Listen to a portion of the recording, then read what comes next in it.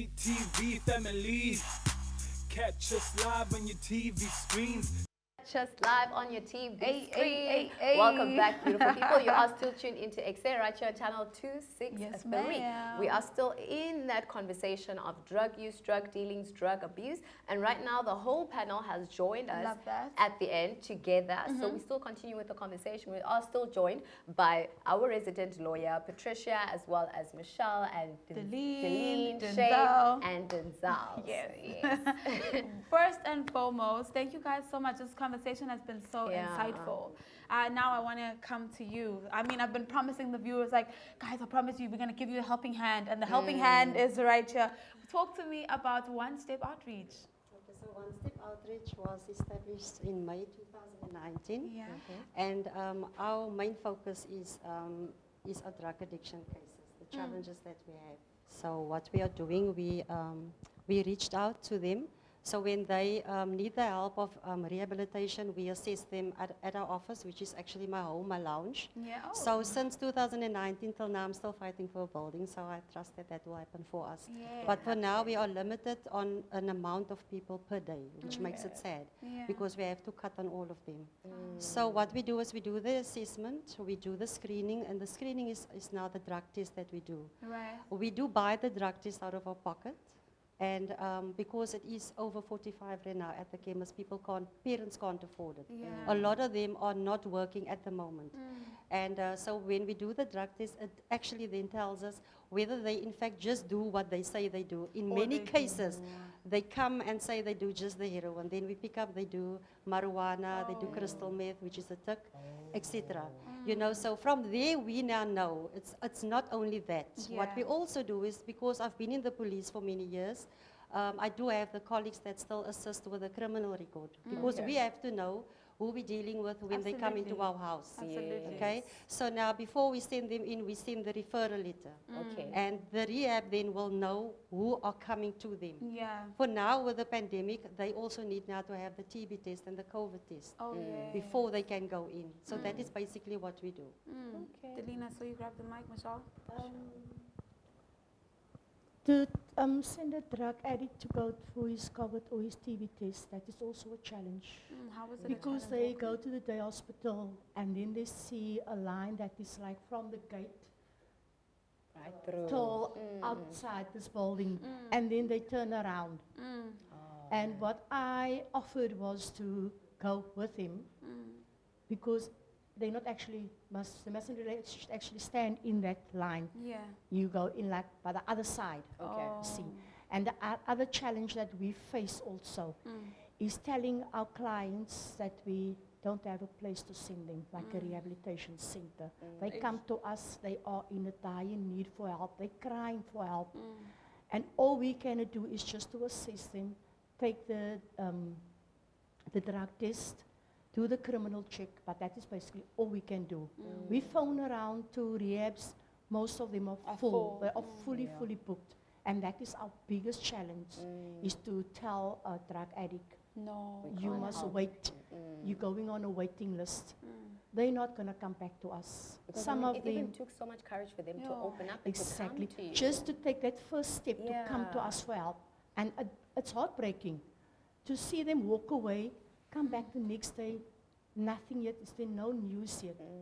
It's really, that's a challenge. That is our biggest challenge. Especially when someone is ready to change. Like, I mean, like you mentioned before, at some stages you were just doing it for other people, but then you got to a stage where you were doing it for yourself, and then now you Yes. decide, and then things don't work out. Can I just go to you? What was that moment for you where you decided, okay, I'm done now? You sent your mom the message, then where did you go from there? It was on a Thursday. Yeah. Then we came out to Sea Point. And what happened is, we stopped by the intersection. Then Junior, a friend of mine, he came to pitch me out of the van. You're right. But as I was getting out of the van, when I looked to my right, it was almost like something told me look to my right, and then I saw my son sitting on the wall. And then I was like, yo, now where's my mom? My mom was also standing there. Yeah. Then I went to her and she started crying. And that is where I felt, I seeing her tears, what I really did and what I was busy doing to her. I was actually busy destroying my mom without me knowing it. Then my mom told me, we took a walk, and then I spoke to my mom and I told her, look here, this is how I feel about it, man. Because if I can't do it for myself, I need to do it for someone. And for who's that person going to be? That I'm going to do it for, I'm going to do it for my son. You understand? Yeah. And then my mom told me, look here, she's busy looking for a place for me where I can go to, where I can go rehab and all that thing. Yeah. And then I told her, nah, I'm prepared for it. You understand? Because I had enough. I mean, out of gangsterism, into prison, out of prison, Yeah. into this, into that. You understand? So it was, for me, it was a circle, man. You understand? Without the help and the support, it was like a circle. You understand? Starting there, going around and ending up the same spot again. You understand? So for me, it was very hard, and I decided, in the time looking for help, I decided I'm gonna do one thing for myself, man. I'm gonna accept God in my life, because that is one thing I can say: we're nothing without God. Amen. You understand? We're nothing without God, and Yeah. let God be the how can I say, the leading hand of our lives. Let Yeah. him And be that is the what I center. decided. Yeah. You understand? To give my heart to Christ and Oh, that's beautiful. walk with Christ. Oh, I That's love beautiful. that. Shane, you took that one step. I love the Yeah. name of the rehabilitation center as well. It says one step, outreach. So you took that one step. Tell us how the journey has been. What did you learn about yourself through being, with one step outreach? What I learned is more about God and how He changed you. You think of us coming out of gangster violence, coming out of gangsterism and smoking and all those drug activities, man. We Yeah. never knew about there's a God that can change you like He changed us. But instantly, where we are, it was through trials and tribulations that we had to go through Yeah. to be the successful person, for people that we are now today. Yeah. And we learned a lot there, because the thing is, what we learned there is more about God, man. And the thing what we had outside, we didn't know about God. And Yeah. now we know a lot more about God and how it is for us to love our lives at the end of the day.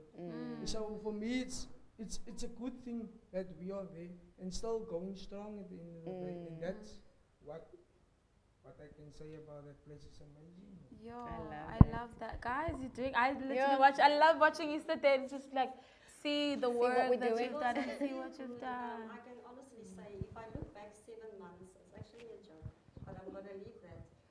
Because you was tested negative for Yeah. the COVID before you went in, but the pastor looked incorrect on the paper and called me and said, you have to go home. He's got COVID. And we just hugged him because we were so excited, we nearly cried with him.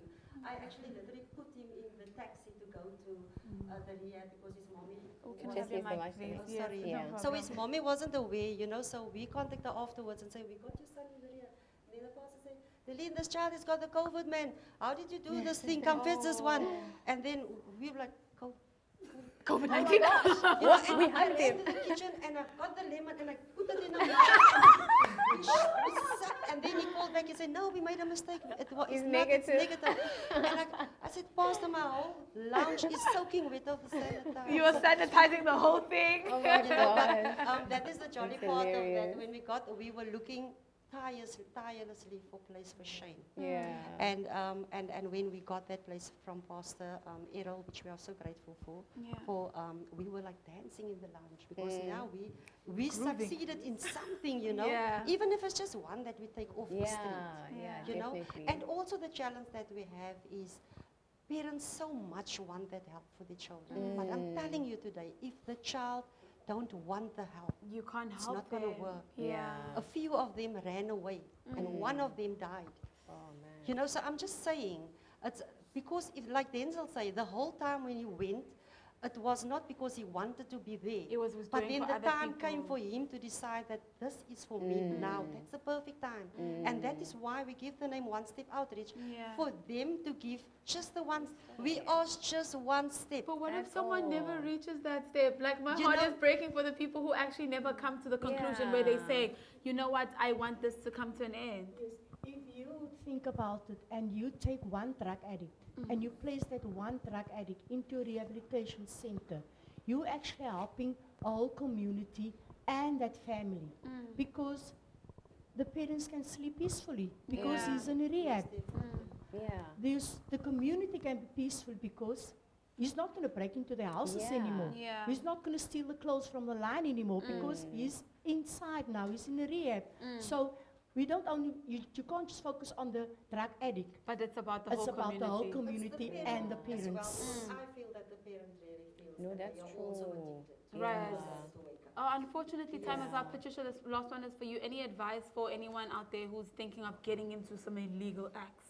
I think they should really think Oh, Mike, twice. please, my love. I think they should really think twice, and Yeah. also they should actually reach out to such organizations which take in drug addicts Oh, to thank get you so help. much. Thank you so much, guys. One Thank you step so much to the outreach. panel. Listen. I feel like they need Clap, a round clap, of applause clap, for all clap. the work that they do. Thank you so much. Ladies and gentlemen, unfortunately, it has come to an end from me and TK. It's been absolutely amazing. Thank you so much once again for always choosing us to be your source of entertainment. Now, what are we saying last? No, we're saying goodbye, ladies and gentlemen. It might be an musical interlude, might be a video. I don't know what it is, but goodbye and God bless you. Yeah, and the conversation continues on Instagram as well as Facebook and on Twitter. But tomorrow, do catch Lama and Luandile with the Easter episode. Bye. Don't miss it.